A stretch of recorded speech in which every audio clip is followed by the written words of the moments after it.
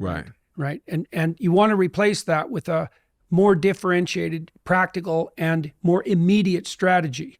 And so, one of the things that I've seen, for example, with my wife is that the periods of time where she gets upset shrink and shrink and shrink and shrink, because she can get from the problem to the verbalizable statement of the problem and the solution way, way faster.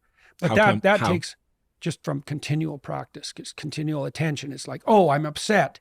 Okay, well, what am I upset about? Here's a bunch of things that I might be upset about. Okay, which of those are focal? Like, this is something you can learn, but you have to admit you're upset. And you also have to understand that you don't know why. Because one of the things that'll happen in a marriage with any close relationship, with any relationship, is like, well, if you and I talk and we hit a pit, I would rather that it's your fault, right? Because then you have to take the conceptual structure and you have to allow it to die and you have to cry and you have something to learn, and it's you, and it's an indication that you're insufficient. It's way more convenient for me if it's you.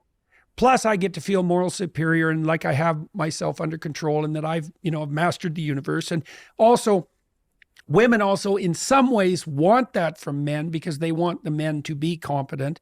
And so men will pretend to be more competent than they are. It's like, you want to find out what the problem is because then you can solve it.